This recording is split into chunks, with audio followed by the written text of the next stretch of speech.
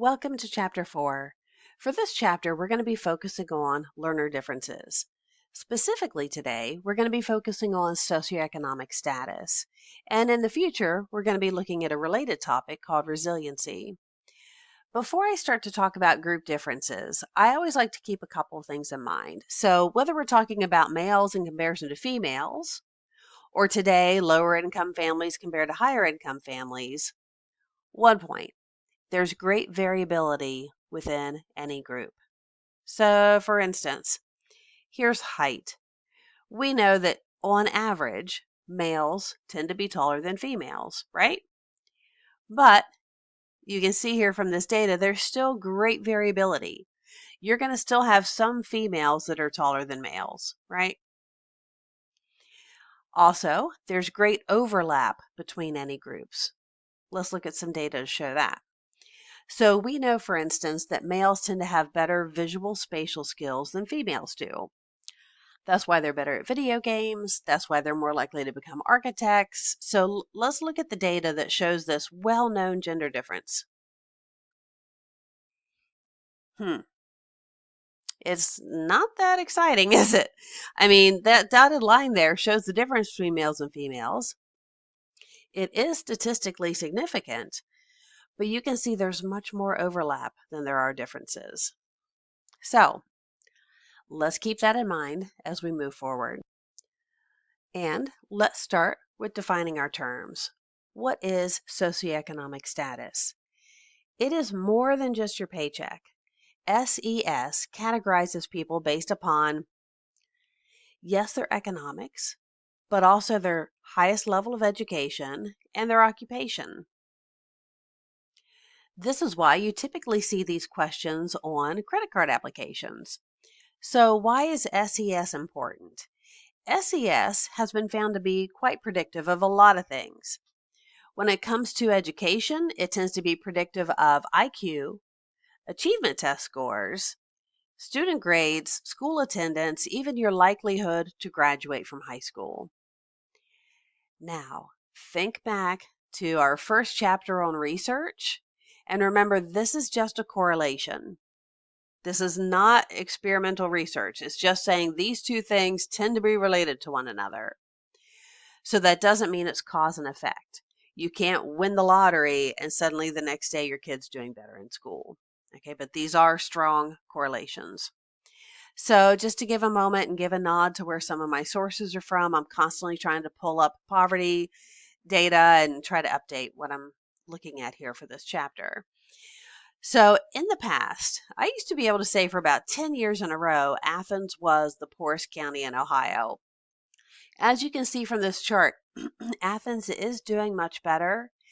This was from the State of Poverty in Ohio report, so it's not just looking at economics. You can see by the table below, it's looking at some other factors as well that are indicative of poverty. So Athens is doing much better than it used to, but again, for at least 10 years in a row, Athens was the poorest county in the state of Ohio. In fact, Dateline came to this area not that long ago and did videos around the region. So I have Athens circled and I have stars in the areas where Dateline came to show poverty in rural Ohio. Here's one of those video clips.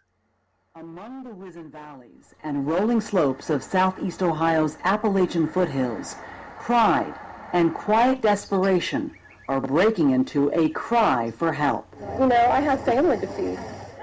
Here, a resilient people with deep traditions in mining, manufacturing, and military service are bitter and frustrated waiting in food lines, an increasingly common feature of the American landscape. Some 40 million Americans, including 1 in 5 children, are now living in poverty. For a family of 3, that means living on less than $18,000 a year. Though there are patches of wealth and prosperity here, Ohio University, textiles, and medical businesses, the area has suffered generations of job losses. Once thriving coal mines closed decades ago. Manufacturing jobs have drifted to other states or overseas since the 1980s. And now, with the recent economic collapse, smaller businesses have folded, pushing unemployment to an estimated 20% in some places. Now, keep in mind that video is a little bit older, but Dateline hasn't been back since, so that was the most current of those types of videos I could find. Here's one point I wanted to pull from that video, that 1 in 5 children are living in poverty. I think that that is startling, and that's an important fact to keep in mind. So, knowing that poverty is an issue in Ohio, let's take a look at how poverty affects student learning. So, here's a question to ponder. How might family life be different for your students who come from lower SES households? Well, let's think about back to school. In a middle income or high income family, back to school usually comes with new backpacks and maybe a trip to Target to get all kinds of fun supplies. It's going to be different in a lower SES household where perhaps you're living paycheck by paycheck, and then you get a supply list that's at least, let's say, $50 per student. Let's say you have 4 or 5 children. That can be quite a challenge. So let's take a look at some of the ways that SES might affect learning in your future classroom. And we're going to be starting with family experiences. First of all, studies have found that students in lower SES households tend to have increased conflict in the home. Now, remember what I said previously. There's great variability within any group comparison as well as overlap. You're still going to have conflict in high SES homes, and you're going to have low SES homes that do not. I'm just talking about averages. On average, you're more likely to see conflict in the home in your families living in poverty because money issues tend to breed conflict. Because of this, children might be more likely to experience stress and depression. So that's important to keep in mind, when it comes to homework, when it comes to their ability to focus in the classroom, these things will be affecting them in a way that might not impact your other students. They're also more likely to have instability in their residence. So what does that mean? Well, you can see here with the chart I have down below, residential instability and home ownership based on family income, 2016. So you can see families from low income on the left are more likely to rent, and families that are above low income are more likely to own. In addition to that, not only are they more likely to rent, they're also more likely to move. So over time, you can see families of lower income are more likely to move and more likely to have more people living under one roof. So why? Well, so this is from Franklin County, Ohio, which if you don't know is Columbus. According to this chart, you need to make approximately $19 an hour to be able to afford a 2-bedroom apartment in Columbus, Ohio. Now, to the other side of this, you can see the typical hourly wages, and those do not come close to $19 an hour to be able to afford a 2-bedroom apartment. Something else, their home life might simply be more unpredictable. You will talk to some teachers in Columbus who might tell you that they have students who are homeless, students who are like couch hopping with friends. So here's a question for you. How many homeless K through 12 students do you think there are in Ohio? What do you think? Well, believe it or not, it's over 25,000 homeless K through 12 students. So adding to our family experiences, we have drug use. I wanted to show this video that I found that was done recently looking at small towns in Ohio in relation to drug use. Ohio was once the United States industrial heart.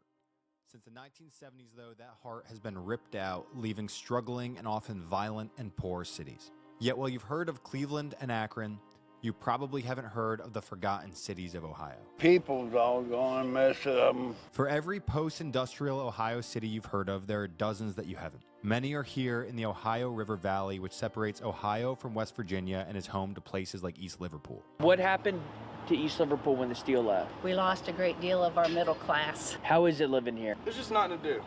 Businesses shuttered, The population declined by over 60% and drugs took over. There was zombies walking everywhere, all it beat it out, but now it's all methamphetamine. Do you guys like have friends who've Hold on for one moment. Walking Memorial, man. Yeah, I've had quite a few. I use fentanyl. I tried to kill myself 5 times with it too, but it never killed me. I snorted 2 grams of it. One thing you hear a lot is, why do people do fentanyl? I done it because it felt good. You didn't have to deal with reality. You could just sit in your home, just be a bum pretty much, and the only thing you worried about your next fix. Feeling about the future, what? I don't know what to think because I want to see my kids. Hopefully they'll forgive me soon. That hurts a lot. This whole area was ground zero for the opioid epidemic when companies worked with doctors to push pills like OxyContin.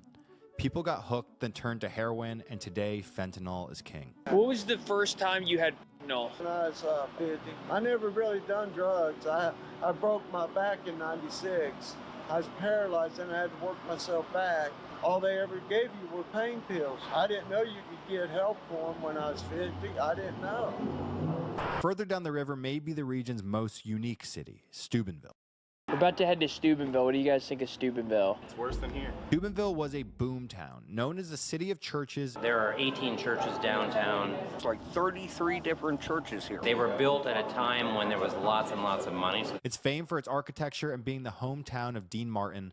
Still, Steubenville has lost its industry and most of its people, leaving a nearly empty downtown. It is a total ghost town out here.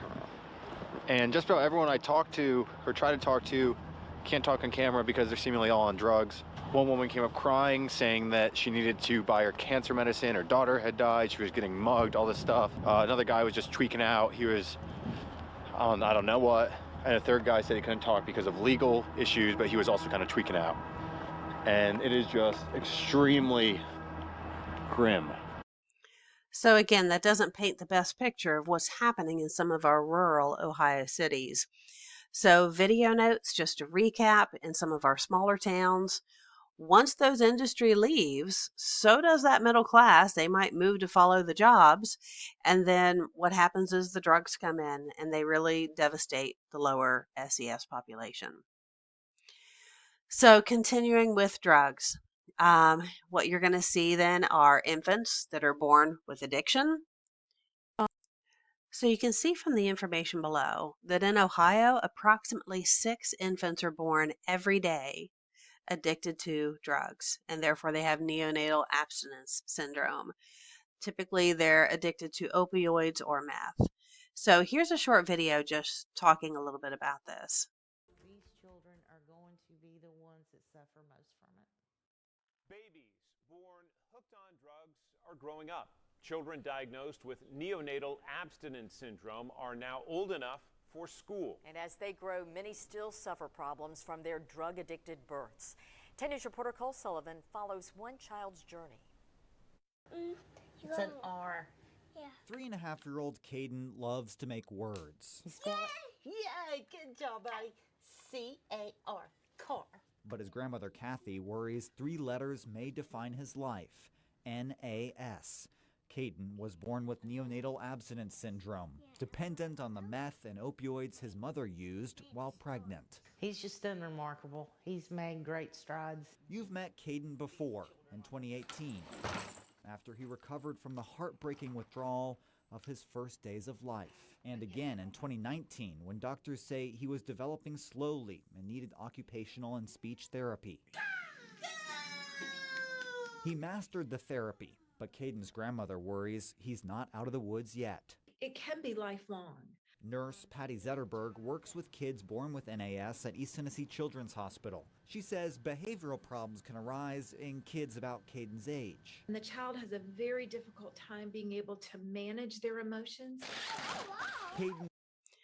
So obviously this is an issue we need to be aware of because this might be affecting your students years after they're born and into your classrooms. We also have seen a dramatic increase in foster care because you have parents who are incapable of taking care of their children due to drug dependency, or they might be being put into jail, so therefore the foster system is really bursting at the seams. And then we have disruptions to child development. So what can happen is, due to abuse, neglect from living with household members that are using drugs, they're going to have more challenging behaviors in your classroom. So for instance, one of my sister-in-laws teaches in Parkersburg, West Virginia, where there's been quite an increase both with opioids and meth over the last 10 years or so. She says that Fridays are actually quite sad for her. You know, a lot of students, you're like, thank goodness it's Friday, you're ready to go home. But she has students that don't want to leave school at the end of Friday because they don't know what they're going home to.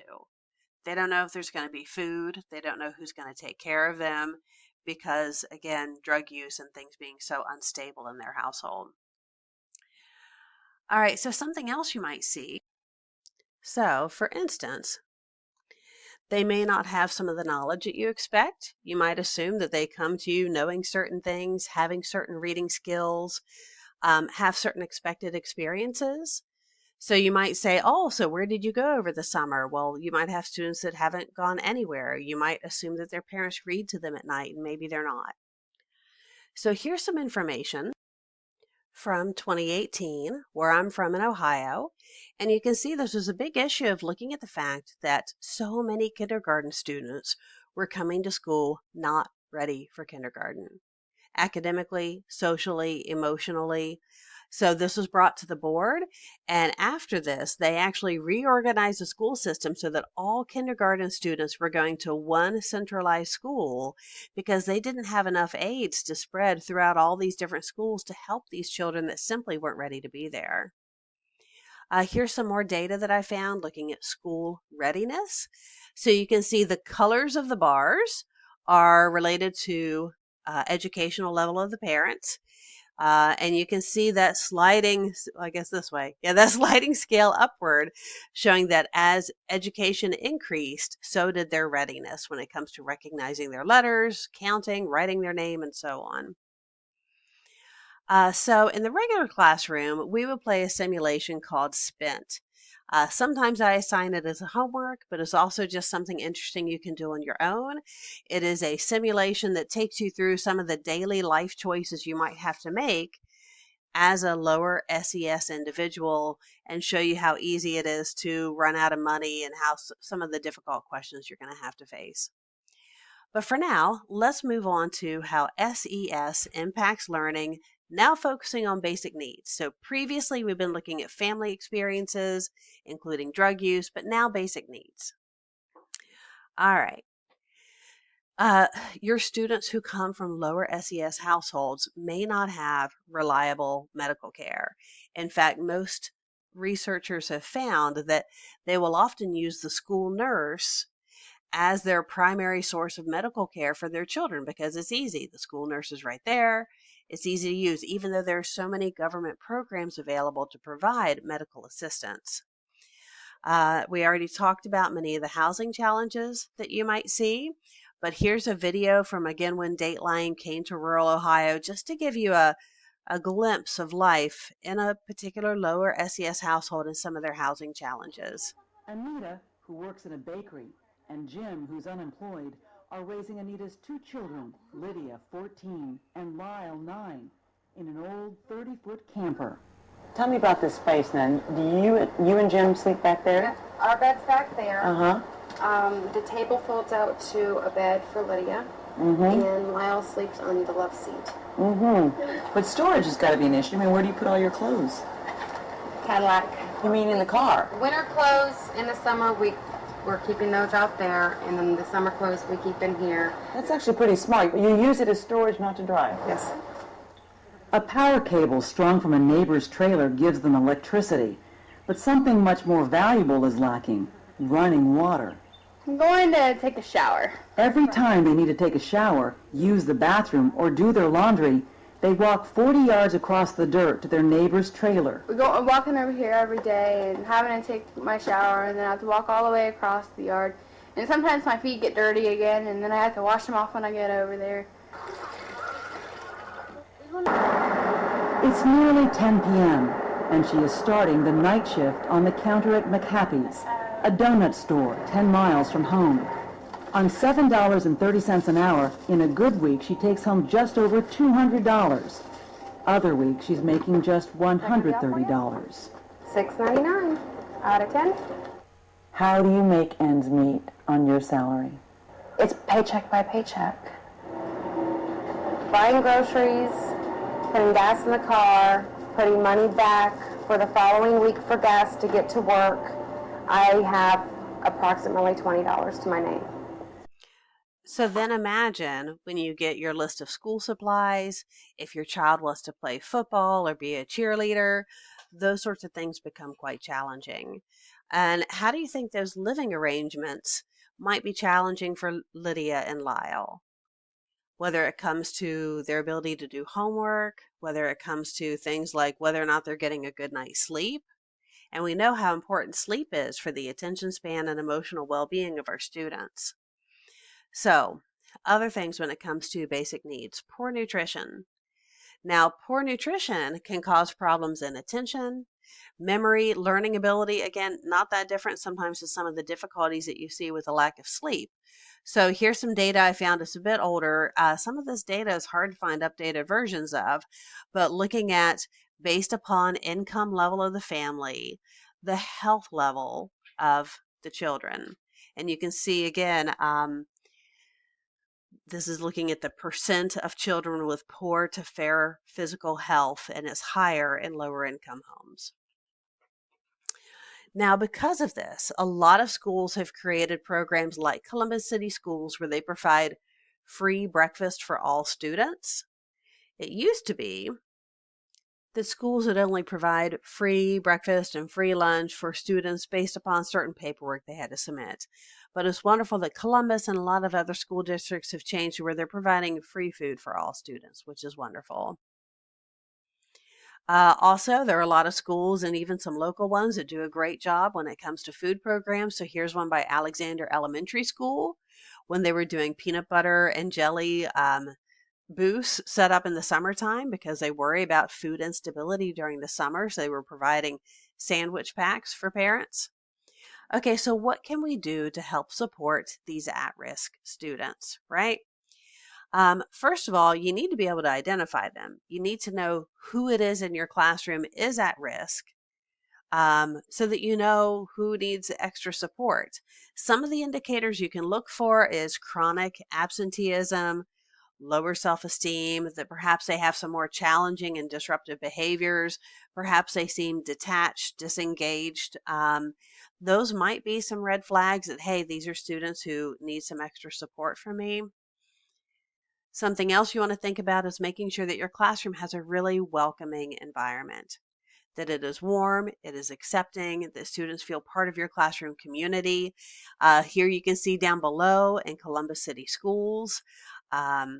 This was at Columbus Afrocentric Early College, where they have a program trying to stress the importance of staying in school and self-worth and so on. You want to make sure that your lessons are practical and relevant. The more your lessons can relate to the real world and relate to them personally, the more likely they're going to be engaged and stay in school. You want to do what you can to provide some extra both academic and social support. So academic support, is there peer tutoring you can use? Is there time that you can spend assisting them? Do you have an aide in the classroom? Social support, maybe do some more group work and be very conscientious about how you form your groups. Below, I've got a clip from Columbus City Schools. I thought this was really cool where they have fourth graders going into the kindergarten and the first grade classes to provide training and support and, to talk with the kids and having that level of peer support. Something else you can do is provide support with school supplies. So when it comes to those big, long teacher lists of things that you need, can you have some sort of a fundraiser? Can your school help support these students? So here at Alexander, they have a program called Blessings in a Backpack where they help with food. Alexander also has a clothing and hygiene bank. So they have things like shampoo and soap and extra clothes for students. That's also a wonderful place to donate. So if you work with any student organizations, this can be a great place to focus your efforts. Here in Columbus City Schools, you can see that they made sure that the principal of the school made sure that every student had a gift from him. They also worked with a group that provided bikes. They had weekend boxes for the students, all kinds of things. They got 100 bikes donated. Encourage parental participation. Find ways to try to bring parents to the school. I know you might have to work around their work schedules, but the more that parents can connect with the school, the better off your students are going to be. I love this program below in Columbus City Schools. So this is at Columbus City Preparatory School for boys, where they have, whether it's dads or just simply male adults from the community, come in and teach the boys how to tie their ties. Encourage students to identify or connect with their school, right? The more they participate within their school, whether it is sports or any kind of extracurricular, the more likely they're going to stay in school and the more intrinsically motivated they're going to be. So you know what? Sports are expensive. So look down below. Alexander Elementary create a program to get all kinds of shoes donated so that students would have the shoes that they would need to participate in sports. And again, like I said, students are much less likely to drop out if they're attached to their school. So whatever you can do to make them feel like they're an important member, if it's joining the choir, if it's joining any sort of after school program, all those things count and all those things help. So that's it. We are under 30 minutes, so that's great. So I hope that this was helpful. And this is again our first segment in chapter 4, looking at socioeconomic status.